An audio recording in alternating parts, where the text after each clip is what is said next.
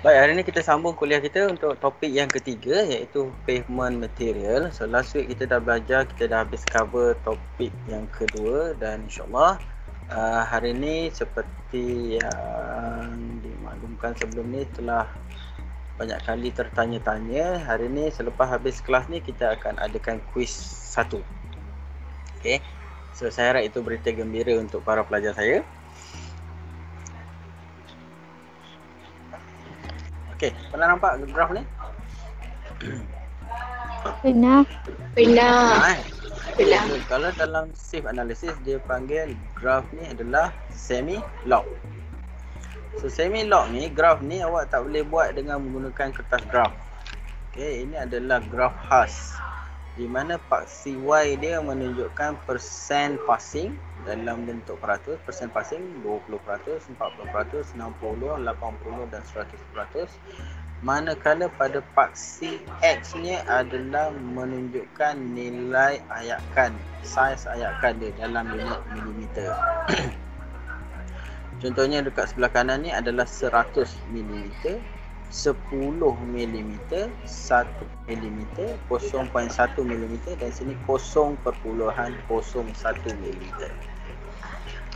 Okey, semasa kita membuat ayakan ataupun kita buat analisis, ini adalah border dia, adalah limit dia, had limit dia, had maksima.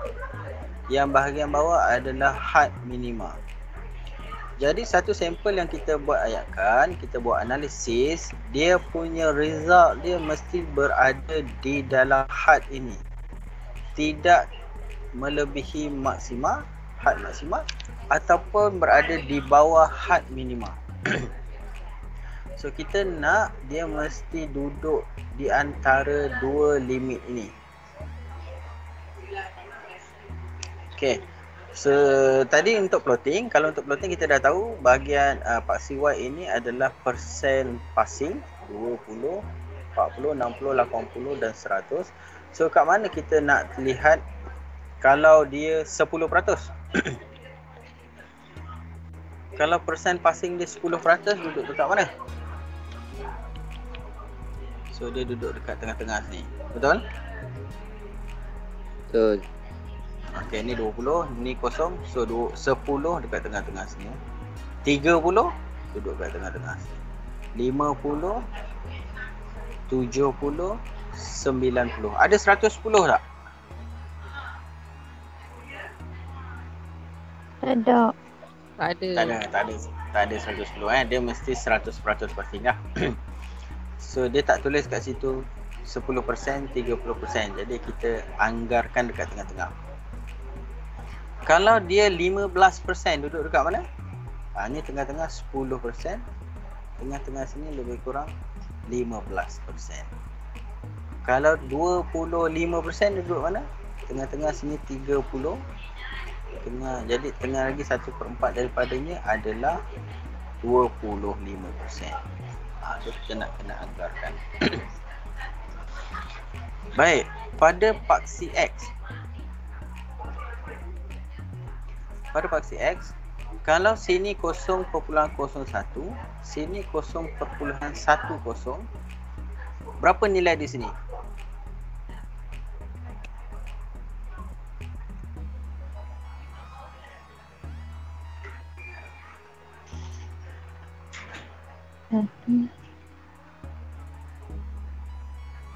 Berapa nilai pada garisan ini? So sini 0.01, sini adalah 0.02, sini 0.03, sini 0.04, 0.05, 0.06, 0.07, 0.08, 0.09, sini 0.10. Okey, kalau sini 0.10, sini 1.0. So berapa nilai di sini? 0.2. 0.2. 0.2, 0.3, 0.4, 0.5, 0.6, 0.7, 0.8, 0.9, 1.0. Boleh faham? Boleh. Nampak Okay. So kalau sini 1, sini 10. Sini 1, sini 10. So berapa nilai garisan ini? 2. 2.0. Yes, 2.0, 3.0, 4.0, 5, 6.0, 7.0, 8.0, 9.0, 10.0. So kalau sini 10, sini 100. Berapa nilai di sini? 20. 20.0, 30.0, 40.0, 50.0, 60, 70, 80, 90.0, 100. Okey. Boleh faham? Boleh tahu macam mana nak baca paksi Y dan paksi X?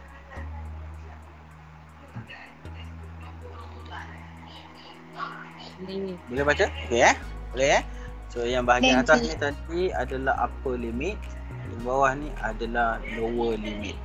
So kita dah tahu bagaimana nak baca dan bagaimana cara untuk menentukan nilai-nilai pada setiap garisan pada Y dan X axis. Okay, so sekarang kita nak tengok contoh soalan bagaimana untuk membuat plotting.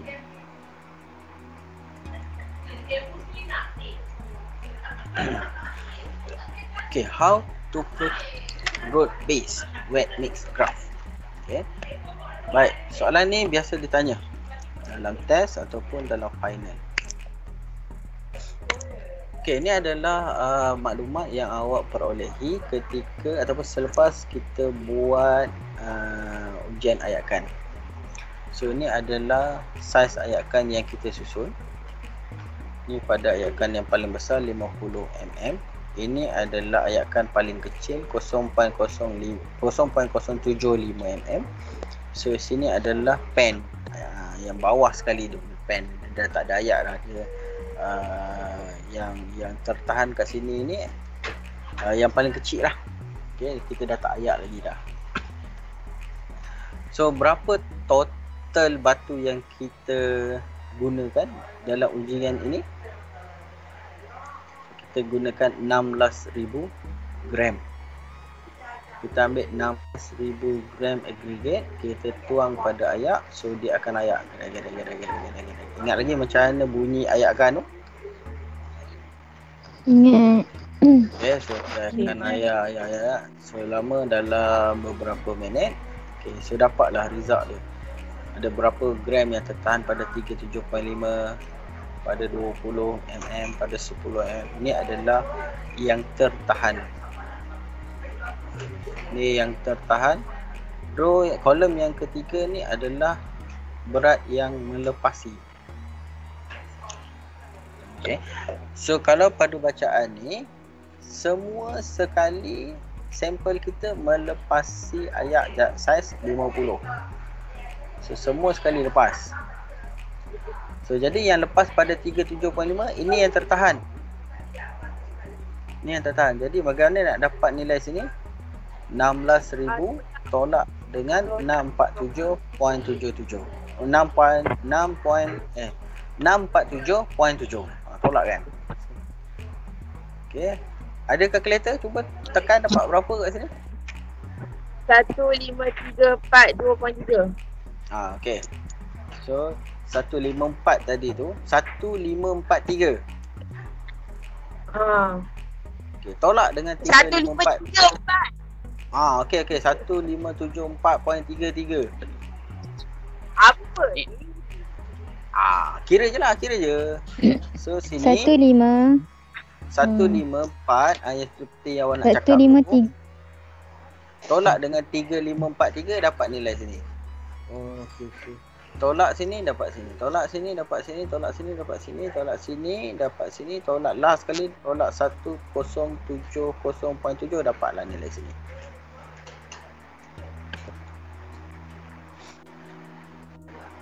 Okey. Seperti itu. So ni tadi 16,000 tolak 647.7 dapat 15342.3. Kemudian tolak dengan 3543.4 dapatlah 11808.9. Tolak lagi dengan 3393 dapatlah 8401.5.9 dan seterusnya lah. So awak boleh kira sendiri mass passing. Okey, kolom yang keempat menunjukkan persen passing. So dalam save 50 mm semuanya terlepas. Jadi dia punya persen passing dia 100%. Manakala kalau 37.5 mm ni kita ambil tadi nilai 15342.3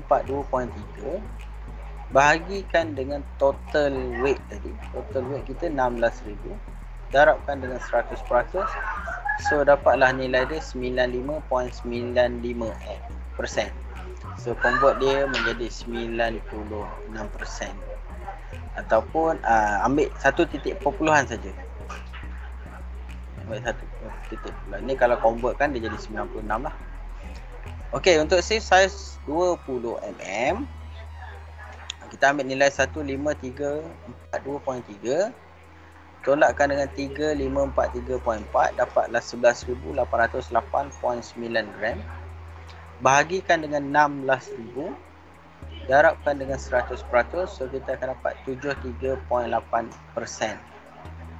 Untuk save 10 mm okay, kita ada dapat tadi untuk 20 mm 11,808.9 tolakkan dengan 3393 gram. So dapat kat situ 8415.9 bahagikan dengan total weight 16,000 darabkan dengan 100%. So kita dapat persen passing dia 52.6%.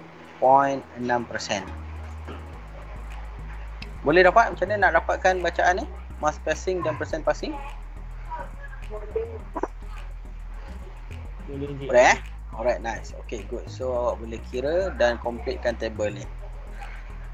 Dan akhirnya dapatlah begini.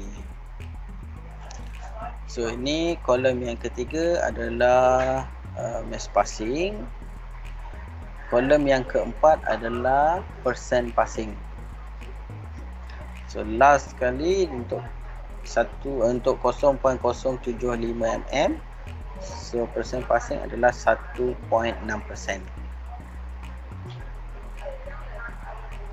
Okay.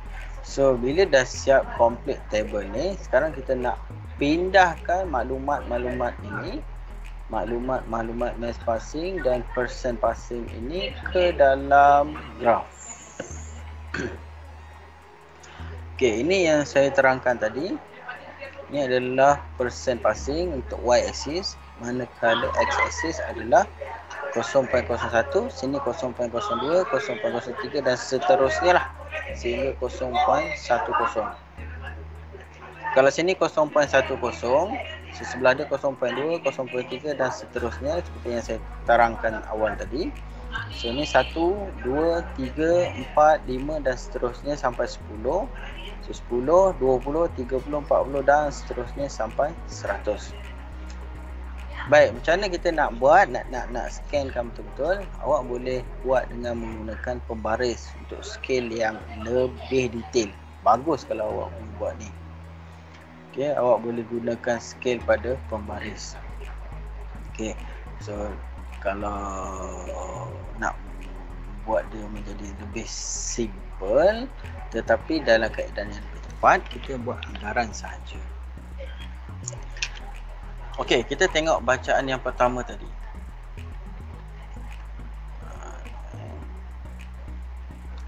Okey, untuk bacaan yang pertama 16,100%. Yang sini adalah 15,342. 15,342.3 96%.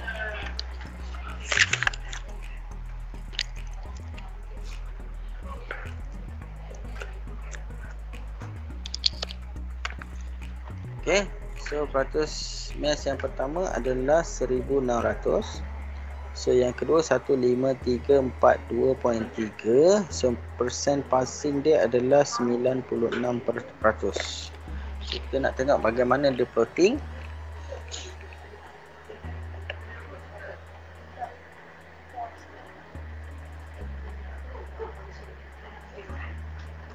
Okay. So 1% passing tadi 96%. Mana 96%? Sini. 90 ni adalah 100%. So sini lebih kurang 96%. Bawah sikit. Okay. So saiz ayatkan dia berapa tadi? Saiz ayatkan dia tadi berapa? 37.5.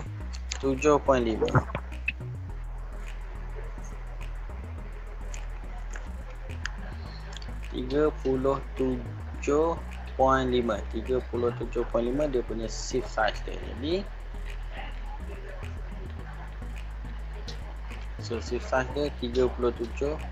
Sini 10, 20, 3, mana 10? Sini 20, sini 30. Sini 37.5. Oh, kat sini, plotting yang sini. Ini adalah 37.5 dengan persen dia 96%.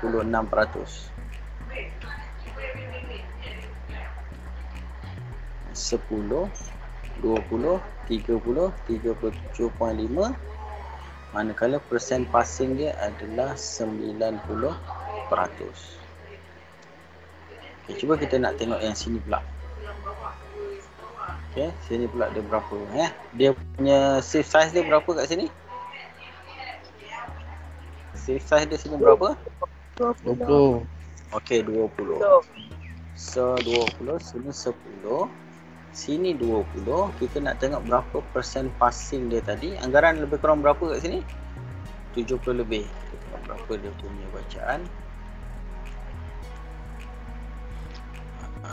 Dia di sini 20.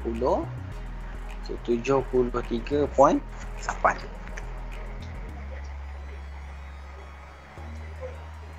73.4.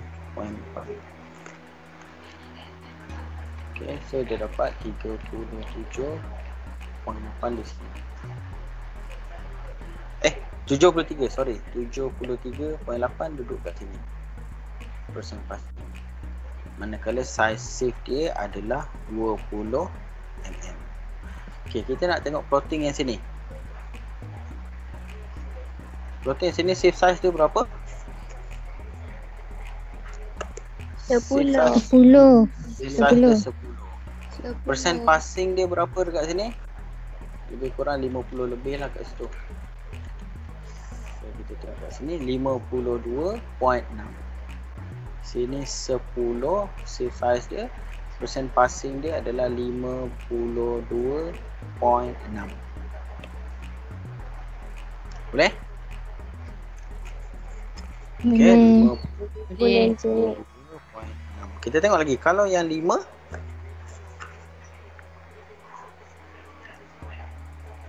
kalau 5, size dia 5 mm, persen passing dia 41.9.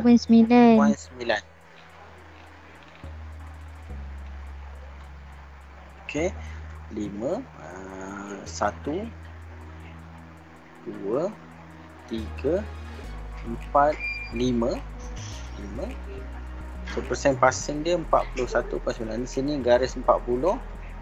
So 41.9 atas sikit. Okay. So kalau yang sini shift size dia berapa? 1 point something.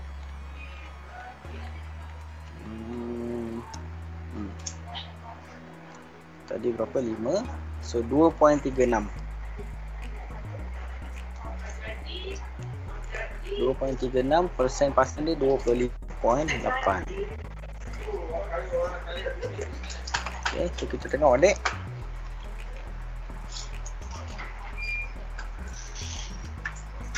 Okey, sini 2.36, sini 1 mm, sini 2 mm. So 2.36 lebih kurang kat sini. Shift dia, persen passing dia adalah 25.8. Sini 25.8, sini 25. Ini tengah-tengah 30. So 25 tengah lebih kurang kat sini lah, 25.8. Dan seterusnya complete beberapa plotting. So bila kita sambungkan titik-titik plotting ni, yang garisan biru ni kita sambungkan untuk titik-titik yang kita plot tadi. So kita dapati semua bahagian berada di antara limit kecuali plotting yang keempat ni. Okay. Boleh nampak tak graf ni? So semua garisan biru ni berada di dalam limit. Result yang kita dapat daripada uji kaji, kita berada di atas lower limit tetapi di bawah upper limit, kecuali titik yang keempat ini. So apa kesimpulan yang boleh kita buat? Adakah sampel yang kita ambil untuk uji kaji ni boleh dibuat untuk kegunaan jalan raya ataupun tidak? Itu bergantung kepada kita punya penilaian. So only the shift 5mm saja yang tak lepas. Okay, so bergantung kepada kita punya penilaian sama ada batu kita ni boleh digunakan untuk pembinaan jalan raya ataupun tidak. Okay. Kalau setakat keluar satu ni, okay, kita boleh terima. Kalau semua duduk dekat dalam, lagi bagus. So kalau 1-2 titik saja yang terkeluar, dia masih lagi boleh diterima. Tapi kalau sampai 4 titik, contohnya 4 titik terkeluar ataupun di bawah daripada limit ni, kita tak boleh terima lah. Kita boleh tolak dan kita ambil sampel lain untuk buat lapisan jalan raya. Okey, faham? Faham. Faham cik. Faham Alright, nice. Bagus. Okey. So itu saja untuk kelas kita pada hari ini.